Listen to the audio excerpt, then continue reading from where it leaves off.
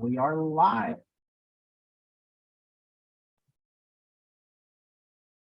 Okay, Mr. Frank, we are live for our Human Resources Commission meeting on May 31st, 2023. I will now be turning the meeting over to John V. Frank, the chair. Mr. Frank? Thank you very much, Nicole. Appreciate all the good work you do for Human Resources. We only have one item today, and I will now ask Mr. Dievenbaugh to explain the item briefly, and so we all have got a copy of it and have had time to review. Go ahead. Thank you, Mr. Frank. The item is a proposed findings of fact and conclusions of law resulting from the appeal of Melissa Conley's discipline. And it is for the commission's consideration and adoption by the commission today, and a copy has been sent to you for your review.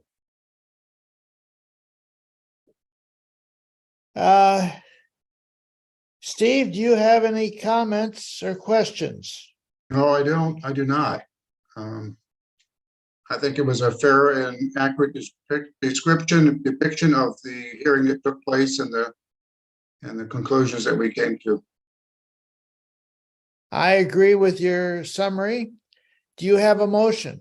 Yes, Mr. Chair, make a motion that we accept the findings of fact and conclusions of law that were submitted to us for review and ask that they put into the record and be submitted as part of our meeting. I will second. All those in favor? Aye. It passes. Steve, do you have anything else for this meeting you'd like to bring up? The only thing I would like to say is it was a kind of a surprise that we lost Tracy as a member of this commission, and I wish her well and whatever she's going on to, and good luck for her. The incoming mayor, 6 months before the election, played it safe and got a couple people together to start working on a transition committee. And that was announced right after he won the election, but it appears that he will be elected mayor in the fall because he's got no opposition whatsoever.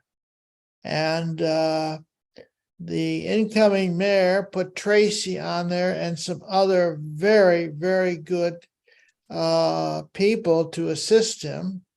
And I think that's great that Shamus has done that. And Tracy was honored and to be part of the transition and felt she should resign from the Civil Service Commission. And I don't know if they're going to wait on an appointment until the new mayor or what they're going to do. I think that's probably low on the list, unless Nicole's got about 10 hearings ready for us and we would need somebody else. No, I don't have that many meetings. I have one other thing I'd like to mention to Mike Dievenbaugh. And that is, I don't like seeing a Civil Service Commission called together, prepared, and to be stood up. And it does cost the city to have these hearings, especially the one where we had outside counsel, and the time it takes the city to prepare for these type of hearings.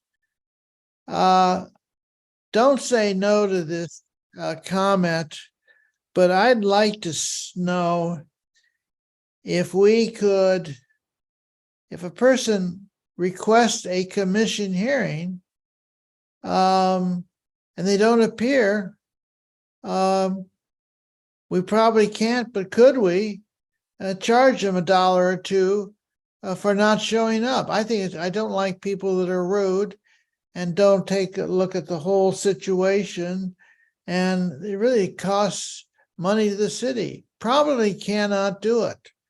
But I also recommend that on the end of the letter that we send out, the standard letter we send out to all people that are requesting a hearing, we should have some type of sentence to remind them that if you are unable to attend or you're not going to go forward with the hearing, where to email and where to call, and at least hope that they will give us advance notice so we don't waste a lot of money of the city.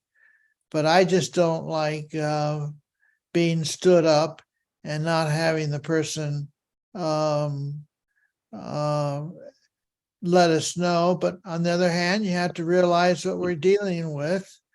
And if a person gets to the commission, they're probably generally not reliable or responsible. And that's, I'm saying enough, but I just thought I'd pass that on. If anybody has any other comments, please come forward. Mr. Chair, there is one other item on the agenda, which is the minutes from the previous meeting that we do need to have voted on and adopted. Okay, first, did anybody have any comments about my comments? No, so noted, Mr. Frank, and we can obviously look into that. Well, I think it's very difficult to do it, but I just figure, is there something we could do? Because I just think it's wrong. I was brought up, if you can't go to some place or something, you give notice. And that was drilled into my head as a kid. And so I just didn't like the fact that we were spending all this money and she just didn't come. And also I would ask, can this be put on their employee record? Okay. Nicole, what's the date of that meeting?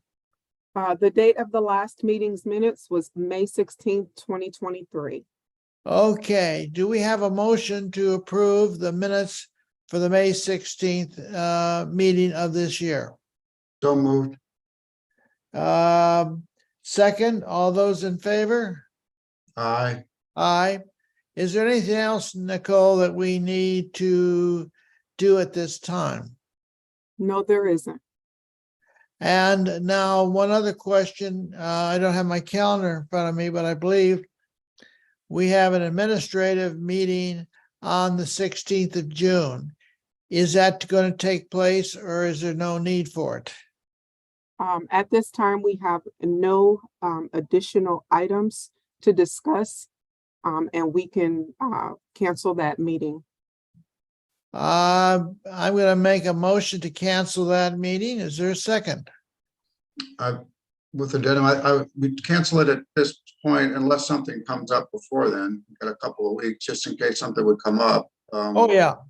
Yeah. So I would say we cancel it in lieu of the fact if something were to come up in the meantime.